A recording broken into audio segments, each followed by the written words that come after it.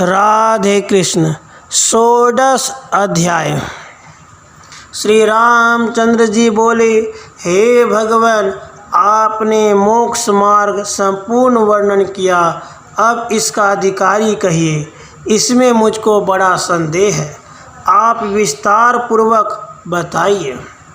श्री भगवान बोले, हे राम, ब्राह्मण, क्षत्रिय, वैश्य, शूद्र, स्त्री, ब्रह्मचारी, गृहस्थ और बिना यज्ञोपवीत हुआ ब्राह्मण, वानप्रस्थ जिसकी स्त्री मृतक हो गई हो, सन्यासी, पाशुपत व्रत करने वाले इसके अधिकारी हैं।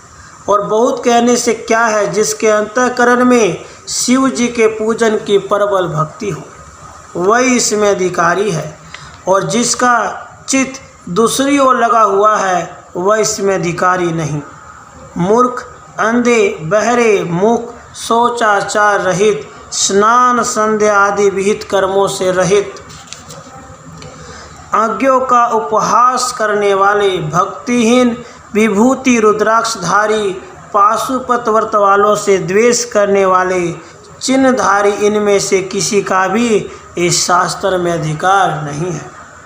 जो मुझसे ब्रह्म के उपदेश करने वाले गुरु से, पाशुपत के व्रत धारण करने वाले से या विष्णु से द्वेष करता है, उसका करोड़ जन्म में भी उद्धार नहीं होता। आजकल के उन पुरुषों को इस श्लोक के ऊपर विचार करना चाहिए जो अज्ञानवश एक दूसरे से द्रोह करते हैं। वह सब एक ही रूप है, शिव तथा विष्णु में कोई भी भेद नहीं है। भेद मानने वालों की गति नहीं होती, इसमें प्रमाण है। स ब्रह्मा स शिव स हरि सेन्द्र सो अक्षर परमः सवराट, अर्थात वही परमात्मा शिव, हरि, इंद्र, अक्षर, परम सवराट है। एकम रूपम बहुधा यह करोति, वही एक अनेक रूप को धारण करता है। और चाहे अनेक प्रकार के यज्ञ आदि कर्म में तत्पर हो और शिव ज्ञान से रहित हो, तो शिव की भक्ति न होने का कारण वह संसार से मुक्त नहीं होता। जो वेद बाह्य धर्मों में केवल फल की इच्छा करके आसक्त होते हैं, उन्हें केवल दृष्ट मात्र फल की प्राप्ति होती है, वे मोक्ष शास्त्र के अधिकारी नहीं हैं। काशी, द्वारका, श्रीशैल पर्वत, व्याघ्रपुर, इन क्षेत्रों में शरीर त्यागने से इस पुरुष को मेरी कृपा से तारक ब्रह्म की प्राप्ति होती है। जिसके हाथ, पैर और संपूर्ण इंद्रिय मन वश में है, विद्या, तप और कृति विद्यमान है, वही तीर्थ का फल प्राप्त करते हैं। विकारी मन वाले तीर्थ का फल प्राप्त नहीं कर सकते। जिस ब्राह्मण का यज्ञोपवीत नहीं हुआ है, उसे अधिकार है, परंतु वह वेद का उच्चारण नहीं कर सकता, केवल माता पिता के श्राद्ध क्रम में उच्चारण कर सकता है। जब तक ब्राह्मण का उपनयन नहीं होता, तब तक वह शूद्र के ही समान है। नाम संकीर्तन और ध्यान में तो सब ही अधिकारी हैं। शिव जी में तादात्म्य ध्यान से, अर्थात शिवोहम इस प्रकार अंतःकरण की एक वृत्ति करने से यह प्राणी संसार के पार हो जाता है। जिस प्रकार ध्यान, तप, वेदाध्ययन और दूसरे कर्म हैं, यह ध्यान करने के 1000 भाग की भी तो समान नहीं हो सकते। जाति, आश्रम, अंग, देश, काल, आसन आदि साधन या कोई भी ध्यान योग के समान नहीं है। चलते फिरते, उठते बैठते, चलते सोते, दूसरे कार्यों से भी युक्त हो और अनेक पापों से भी युक्त हो, वह भी ध्यान करने से मुक्त हो जाता है। इस ध्यान योग के करने से कभी नाश नहीं होता। नित्य नैमित्तिक कर्म की समान इसमें प्रत्यवाय नहीं है। यह थोड़ा सा अनुष्ठान किया भी प्राणी को महाभय से रक्षा करता है। अति आश्चर्य अथवा भय और शोक प्राप्त हुआ हो, छींकने अथवा कोई रोग में जो किसी बहाने से भी मेरा नाम उच्चारण करता है, वह परम गति को प्राप्त होता है। महापापी भी यदि देहांतर में मेरा स्मरण करे, तो नमः शिवाय इस पंचाक्षरी विद्या का उच्चारण करे, तो निस्संदेह उसकी मुक्ति हो जाती है। जो अपने आत्मा से ही आत्मा को देखते सब संसार को शिव रूप देखते हैं, उनको क्षेत्र तीर्थ व दूसरे कर्मों के करने से क्या लाभ है? उन्हें करने की कोई आवश्यकता नहीं है। विभूति और रुद्राक्ष सदा सबको धारण करना चाहिए। शिव भक्ति करने वाले योगी हों अथवा ना हों, सब रुद्राक्ष धारण करें जिन्हें शिव भक्ति प्राप्त करने की इच्छा हो। जो अग्निहोत्र की भस्म रुद्राक्ष को धारण करता है वह महापापी होगा भी तो निस्संदेह मुक्त हो जाएगा। और शिव उपासना के कर्म करे अथवा ना करे, जो कोई शिव का नाम भी जपता है वह सदा मुक्त स्वरूप है। अंतकाल में जो रुद्राक्ष और विभूति को धारण करता है उसे चाहे महापाप भी लगे हो, नरों में नीच भी हो, किसी प्रकार से भी यम के दूत उसे स्पर्श करने को समर्थ नहीं होते। जो कोई वेल वृक्ष के जड़ की मिट्टी शरीर में लगाता है उसके निकट यमदूत किसी प्रकार से नहीं आ सकते। श्री रामचंद्र जी बोले, हे भगवान, किन मूर्तियों में पूजन करने से आप प्रसन्न होते हैं यह जानने की मुझे बड़ी इच्छा है, सो कृपा करके कहिए। श्री भगवान बोले, मृत्तिका, गोबर, भस्म, चंदन, वालुका, काष्ठ, पाषाण, लोखंड, केसर आदि रंग, कांसी, खरपर, पीतल, तांबा, रुपया, सुवर्ण अथवा अनेक प्रकार के रत्न, पारा अथवा कपूर, इनमें जो अपने को प्राप्त हो सके और जो इष्ट हो उससे शिवलिंग की मूर्ति स्थापित करे। इस प्रकार प्रीति से मेरी उपासना करे तो कोटि गुना फल मिलता है। गृहस्थी पुरुषों को उचित है मृत्तिका, काष्ठ, लोह, कांसी अथवा पाषाण की प्रतिमा करे। उसमें पूजन करने से गृहस्थियों को सदा आनंद की प्राप्ति होती है। मृत्तिका की प्रतिमा पूजन करने से आयु, काष्ठ की प्रतिमा पूजन करने से संपत्ति, कांस्य की पूजन करने से कुल वृद्धि, लोहे की प्रतिमा पूजन करने से धर्म बुद्धि, पाषाण की प्रतिमा पूजन करने से पुत्र प्राप्ति कर्म से होती है। बिल्व वृक्ष के नीचे अथवा उसके फल में जो मेरी आराधना करता है इस लोक से महालक्ष्मी को प्राप्त होकर अंत में शिवलोक को प्राप्त होता है। और बिल्व वृक्ष के नीचे बैठकर जो विधि पूर्वक मंत्रों को जपे तो एक ही दिन में उस जप करने वाले को पुरस्चरण का फल मिलता है। और जो मनुष्य बेल के वन में कुटी बनाकर नित्य प्रति निवास करे उसके जप मात्र से ही सब मंत्र सिद्ध हो जाते हैं। पर्वत के ऊपर, नदी किनारे, बिल्व के नीचे, शिवालय में, अग्निहोत्र की शाला में, विष्णु के मंदिर में जो मंत्र का जप करता है दानव, यक्ष, राक्षस उसके जप में विघ्न नहीं कर सकते। उसे कोई पास स्पर्श नहीं कर सकता। वह शिव के सायुज्य लोक को प्राप्त होता है। पृथ्वी, जल, अग्नि, वायु, आकाश, पर्वत अपनी आत्मा में ही जो मनुष्य मेरा पूजन करता है एक लव मात्र की पूजा से उसे संपूर्ण फल प्राप्त होता है। हे राम, अपने आत्मा में जो पूजन करता है उसकी बराबर दूसरी पूजा नहीं। आत्मा में पूजन करने वाला चांडाल भी मेरे लोक को प्राप्त होता है।